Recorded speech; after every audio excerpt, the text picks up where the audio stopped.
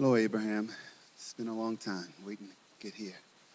I'm really excited. I just took a bounce recently from what would be considered as a hard place. My wife of 38 and a half years, I just buried her last month on the 24th. I went through the, the downside, but then I decided to take the bounce. We started some programs, we started some things we wanted to do in the business that I designed years ago. In helping people to come to this kind of understanding. I was in the Seth material for a long time, and I thought I had a good idea of what I was doing until I met you. And then I wanted to just rewrite everything, but it was so much I didn't know how to start again. So one of the things that we were doing is producing a website with materials on it and helping people to find a light, to be a light, not to be their savior, not to, I went through all of that, religion and the whole gamut. But just to become master allowers, be examples. And one of the things I want to do now is, one of the skills I have developed over the years is that when people pass in my family, I would write poems from them. And over the years, as I look back at the poems, I was doing something of what you were saying, like getting into a little bit higher vibration of receiving from them and writing some stuff from them, but it didn't feel as clear as it could be. What I would like to do now is to take the bounce to catch up with my wife now that she passed me, or she's where I want to be more, and to be able to continue to write with her and from her perspective in the material that I'll be producing as I move forward to get her actual perspective from where she is now. And I would like to know how I can move in that Well, it's a direction. wonderful thing. It's what we we have said for a very long time, that it's a wonderful thing when someone that you care about makes their transition, because it often sparks two wonderful things in you. One, it makes you often, not in your case because you were already aware of non-physical, but it often makes you more aware that there is not death. Your desire for communication, your desire for understanding where they are, is often something that leads you to an understanding of the big picture of all of this. But the other thing that is wonderful, and this is something that's fairly new to the conversation that we've been having in these forums, the Seth material is wonderful material, and Jerry and Esther were reading it long before, for about 5 years before they had the experience where Esther began receiving Abraham.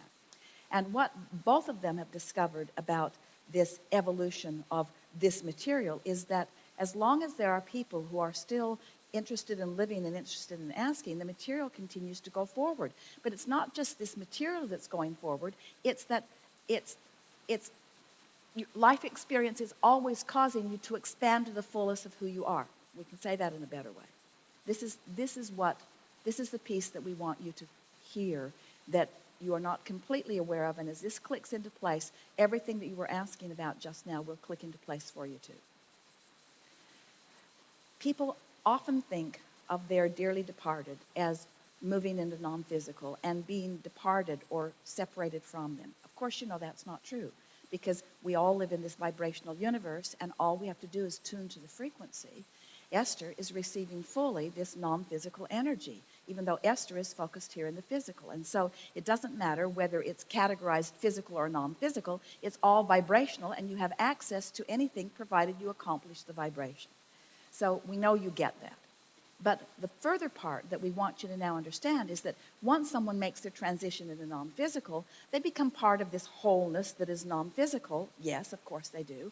But non-physical, and this is where when someone that you care about has made their transition that you can really find this peace, everything that is non-physical has the ability and is in fact looking forward to this leading edge, which is where you all are. This is the orientation that we're wanting to help you to all to achieve.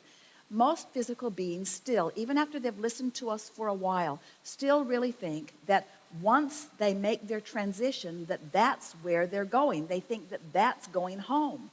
And we want you to understand that everything that is non-physical is forward-focused here. Can you feel that?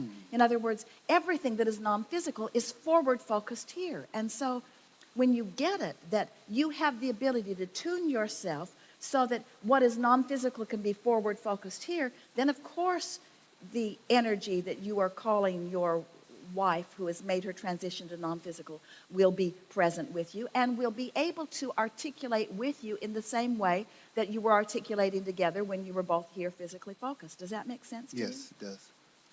Now, there's a piece that we still haven't clarified, and until you're there specifically asking the question, maybe it isn't that important to you. But physical beings are really hung up on this death thing because you don't understand it. If you understood it, you would never be hung up on it. If you understood how, in other words, here we are. Here's the best way of saying it to you. Do you accept that what you are hearing now is a perspective from non-physical that is being translated through a physical format? Do you accept that non-physical energy is expressing to you here and now? Yes. And don't you find it interesting that you didn't have to croak to talk to Abraham? Here you are. Abraham has come full forward, and we are focused with you fully in your now. In other words, we're not having this conversation on a cloud or whatever you interpret non-physical to be. You're not in a meditative state, distracted from your physicalness. In other words, non-physical energy has come fully forward into your present experience, and you are engaging with source energy here in your full present physically manifested moment. Yes? Yes. That's really big to acknowledge. That's the way that it always is. And so your work is to prepare yourself vibrationally for the conversation, to prepare yourself vibrationally for the wellness of your body, to prepare yourself vibrationally for the abundance that you deserve, to prepare yourself vibrationally for the clarity of this conversation, to prepare yourself vibrationally for Source to be there with you so that you have the vantage point of Source, so that you can hear through the eyes of Source and hear through the ears of Source and see through the eyes of Source. Experience life through the knowingness of Source, you see. That was really good. And reaching for someone that you know sometimes can bring that fuller forward and make it real for you. We want you to take the weirdness out of death because there isn't any. We want you to take the weirdness out of the blending between the physical and the non-physical because it's happening all the time. We want you to revel in the basketball player who stands at one end of the court and puts that ball all the way to the other end of the court and puts it right through the hoop with precision because he is in alignment with all that he knows, his depth perception, his ability to know what his body can do, his understanding of all of the things that make the trajectory just right of the ball. In other words, that's someone that's tuned in, tapped in, turned on. And the musician that feels the notes, or the lyricist that finds the perfect words for the music or for the poem. In other words, this is all vibrational alignment. You are all, someone said you are living only a little bit of who you really are. Well, it's not because your brain is not being utilized. It's because your vibrational frequencies aren't set at the frequency where the fullness of that which you are can come forth. And once you get that you're vibrational and you start tending to your frequencies because you care how you feel, because you want to love someone rather than hate them, you want to understand them rather than misunderstand them, you're looking for peace and harmony rather than looking for contention and struggle.